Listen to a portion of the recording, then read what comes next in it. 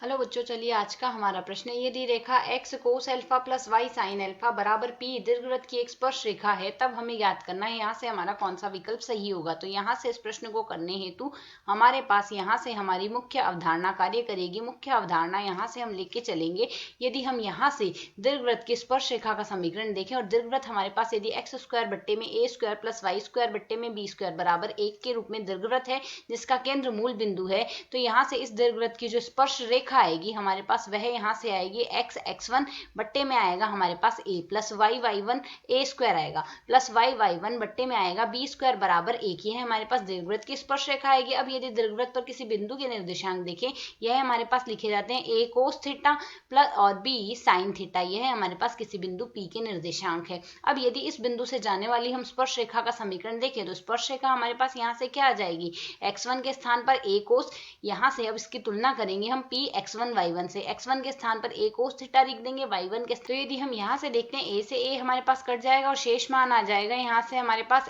x cos theta बट्टे में आ जाएगा हमारे पास यहाँ से a plus Y sine theta बट्टे में आ जाएगा हमारे पास यहाँ से b बराबर में आ रहा है हमारे पास यहाँ से एक, यह मान हमारे पास आ जाएगा। इसे हम यदि समीकरण 1 नाम दे व दी गई समीकरण से इसकी तुलना कर ले, तो यहाँ से हमारे पास इसमें x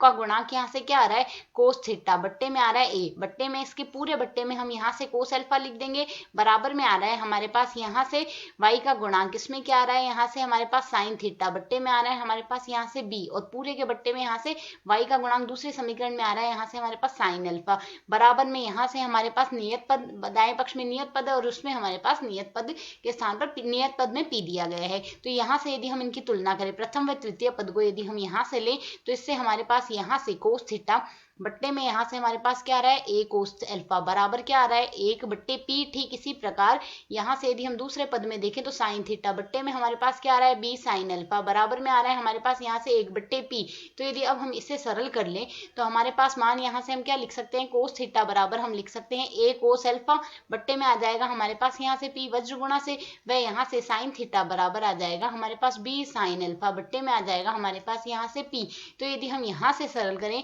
चूंकि sine square theta plus cos square theta बराबर हमारे पास क्या लिखा जाता है, 1 होता है, तो इसी आधार पर यदि हम सरल करें तो हमारे पास मान क्या आएगा, a स्क्वायर बट्टे में p square cos square alpha आ गया प्लस b स्क्वायर बट्टे में आएगा p स्क्वायर, साथ ही गुणा में हम लिख देंगे साइन स्क्वायर अल्फा बराबर में हमारे पास यहाँ से 1 आ जाएगा। इसे यदि हम और आगे सरल कर ले तो a square cos square alpha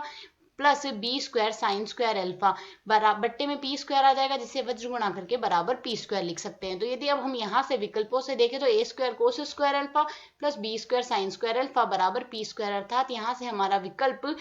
सी एक सही हल होगा। आशा है समझ आया। धन्यवाद।